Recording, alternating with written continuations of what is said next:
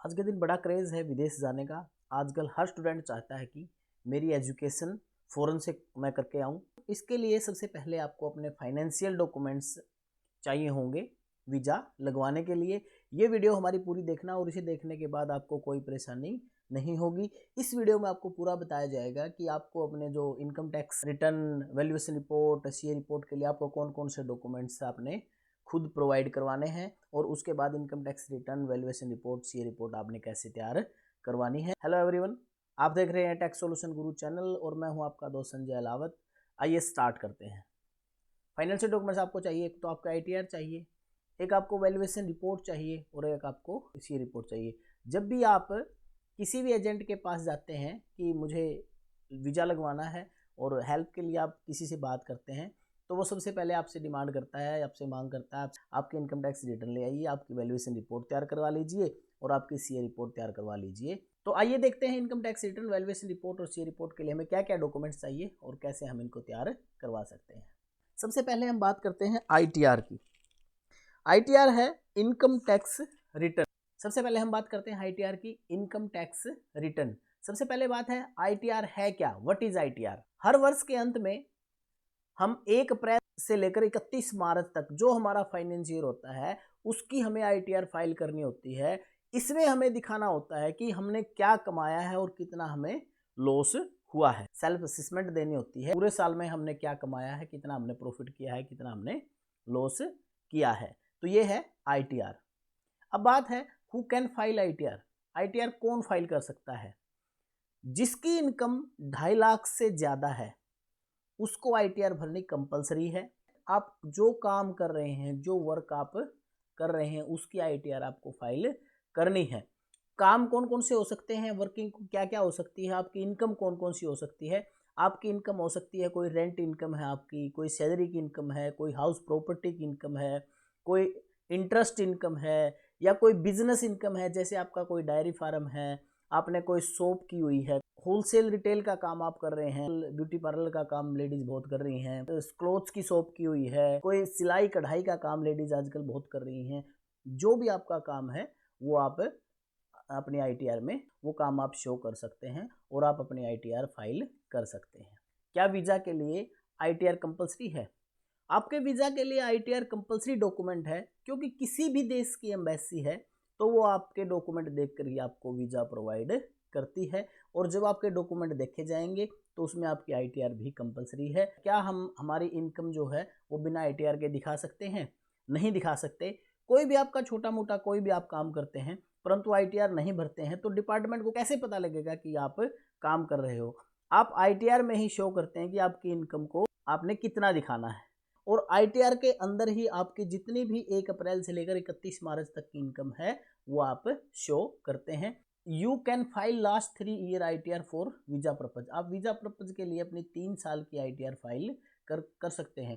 Finance year की मैं बात करूंगा, कौन कौन से फाइनेंस ईयर की। 1 अप्रैल 2019 से 31/3/20 की, 1 अप्रैल 2020 से 31 की, 1 अप्रैल 2021 से 31 मार्च 2022 की। आप इन 3 सालों की आईटीआर वीजा के लिए फाइल कर सकते हैं। और अब जो आपकी आईटीआर फाइल होगी वो कौन सी होगी? आईटीआर यू, अपडेटेड रिटर्न आपकी फाइल होगी। फाइनेंस ईयर 2019-20 है आपका, उसकी लास्ट डेट भी है 31 मार्च 2023। आपको कौन कौन से डॉक्यूमेंट्स प्रोवाइड करवाने हैं आईटीआर फिल करने के लिए? आपके स्पॉन्सर के डॉक्यूमेंट भी हो सकते हैं, आपके मदर फादर के डॉक्यूमेंट्स भी हो सकते हैं। ये जो डॉक्यूमेंट्स हैं ये आपकी से आपकी आईटीआर भी फिल हो जाएगी, आपकी वैल्यूएशन भी कंप्लीट हो जाएगी, बन जाएगी और आपकी सीए रिपोर्ट भी कंप्लीट हो जाएंगी। केवल जो ये यहाँ डॉक्यूमेंट लिखे हैं इनसे रिलेटेड ही आपको डॉक्यूमेंट प्रोवाइड करवाने हैं, इसके अलावा आपको कोई डॉक्यूमेंट प्रोवाइड नहीं करवाना है। पैन कार्ड की कॉपी, आपके मदर फादर या स्पॉन्सर जो भी हैं उनकी सबकी पैन कार्ड की कॉपी चाहिए, उनकी आधार कार्ड की कॉपी चाहिए, बिल्कुल ईजी है। Business proof like MSME, from registration, GST. Business का कोई भी प्रूफ आपके पास है, एमएसएमई है, फ्रॉम रजिस्ट्रेशन है, जीएसटी है। फॉर्म 16 और सैलरी स्टेटमेंट, अगर सैलरी इनकम है आपकी तो आपका फॉर्म 16 या आप सैलरी स्टेटमेंट प्रोवाइड करवा सकते हैं। कोई अदर सोर्सेज इनकम है तो आप वो प्रोवाइड करवा सकते हैं। आधार, पैन, पासपोर्ट फॉर स्टूडेंट। देखिए ये स्टूडेंट के लिए है, यहाँ हम बात कर रहे हैं स्टडी वीज़ा की। तो स्टडी वीज़ा किसके नाम से जाएगा? स्टूडेंट के नाम से जाएगा और स्टूडेंट के हमने डॉक्यूमेंट चाहिए, आधार, पैन और पासपोर्ट। उसके बाद प्रॉपर्टी डिटेल, आपके पास कोई एग्रीकल्चर लैंड है उसकी फ़र्द चाहिए, कोई हाउस है उसकी रजिस्ट्री इंतकाल चाहिए, कोई प्लॉट है उसकी रजिस्ट्री चाहिए, कोई शॉप है उसकी रजिस्ट्री चाहिए। तो इनके सब के हमें रजिस्ट्रेशन चाहिए, क्योंकि वैल्यूएशन बढ़ानी पड़ेगी। ये हमारी सभी फिक्स एसेट हैं, तो इसकी वैल्यूएशन बढ़ाने के लिए हमें इसकी सबकी डिटेल चाहिएगी। Photo of house and other fixed asset, देखिए प्रूफ में लगता है जब हम वैल्यूएशन बनाते हैं, तो जो फोटो है हाउस की और कोई भी इसके अलावा कोई फिक्स्ड एसेट है, तो वो आपको अगर साथ में लगा दोगे तो ये प्रूव हो जाएगा कि आपने जो डॉक्यूमेंट्स प्रोवाइड कराए हैं वो बिल्कुल सही हैं। गोल्ड एंड सिल्वर डिटेल, कि आपके पास कितना गोल्ड है, कितना सिल्वर है। कैश इन हैंड आपके पास कितना है। बैलेंस विद बैंक, इसमें बैंक स्टेटमेंट आपको प्रोवाइड करवानी होती है, बैंक स्टेटमेंट आपको देनी होती है। FD RD GPF if any, अगर कोई आपने एफडी करवा रखी, कोई आरडी है आपके जीपीएफ में पैसा है, तो उसकी डिटेल भी आप यहाँ शो कर सकते हैं। कोई आपकी आरसी है, कार है आपके पास, स्कूटर है, बाइक है, ट्रैक्टर है या अदर है कुछ, आपका मोबाइल नंबर, आपकी मेल आईडी, ये सारे के सारे डॉक्यूमेंट्स आपको प्रोवाइड करवाने होते हैं। ये सारे डॉक्यूमेंट्स आप जैसे ही प्रोवाइड करवाते हैं, फिर आपकी आईटीआर भी फिल हो जाती है, आपकी वैल्यूएशन भी बन जाती है और आपकी सीए रिपोर्ट भी कंप्लीट है। How much ITR is required for visa. अब देखिए भाई, वीज़ा के लिए आपको कितने की आईटीआर रिक्वायर्ड है।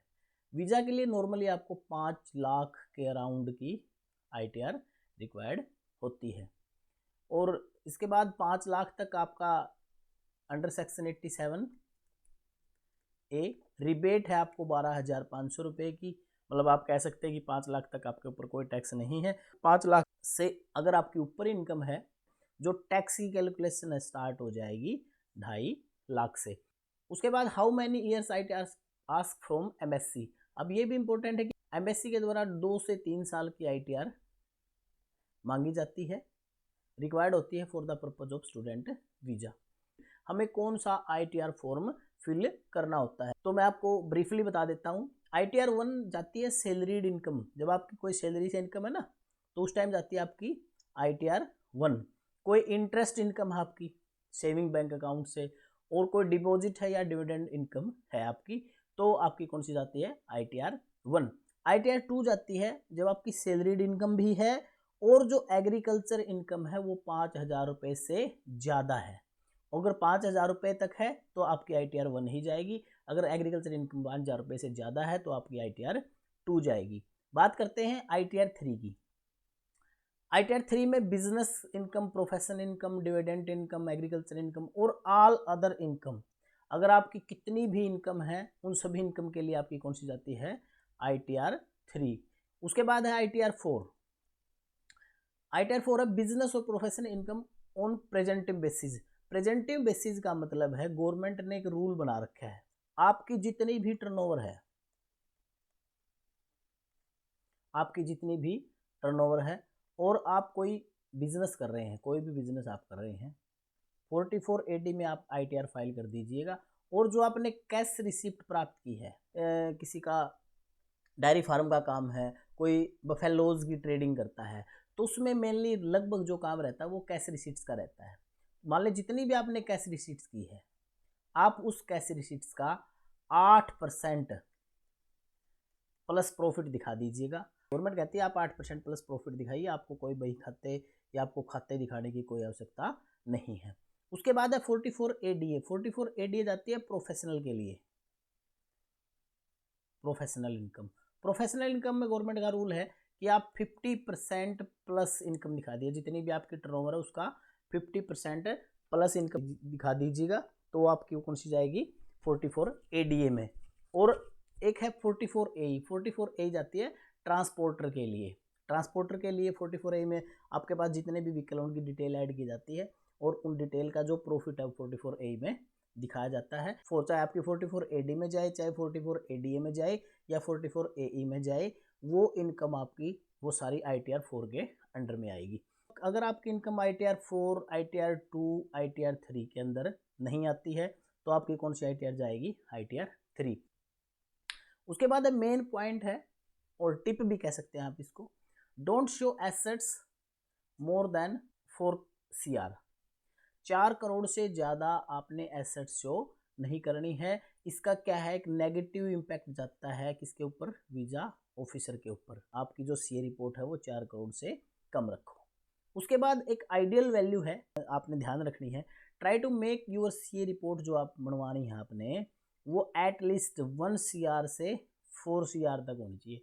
1 करोड़ से 4 करोड़ सीए रिपोर्ट है उसको आइडियल माना जाता है, सही माना जाता है। आपके फाइनेंशियल बैकग्राउंड को जस्टिफाई करने के लिए 1 करोड़ से 4 करोड़ तक की जो सीए रिपोर्ट है उसको सही माना जाता है। लेकिन इसके लिए कोई ऐसा नहीं है कि कोई आइडियल वैल्यू गवर्नमेंट की तरफ से या एमबेसी की तरफ से नहीं है कि आपने इतनी आपने दिखानी है या 4 करोड़ से आपको ज़्यादा नहीं दिखानी है। आप दिखा सकते हैं, लेकिन 1 और 4 के जो बीच की आपकी सीए रिपोर्ट है वो बहुत बढ़िया मानी जाती है। Valuation and CA report. अब देखिए, आपकी वैल्यूएशन के डॉक्यूमेंट तैयार हो चुके हैं, सीए रिपोर्ट आपकी बनकर तैयार है।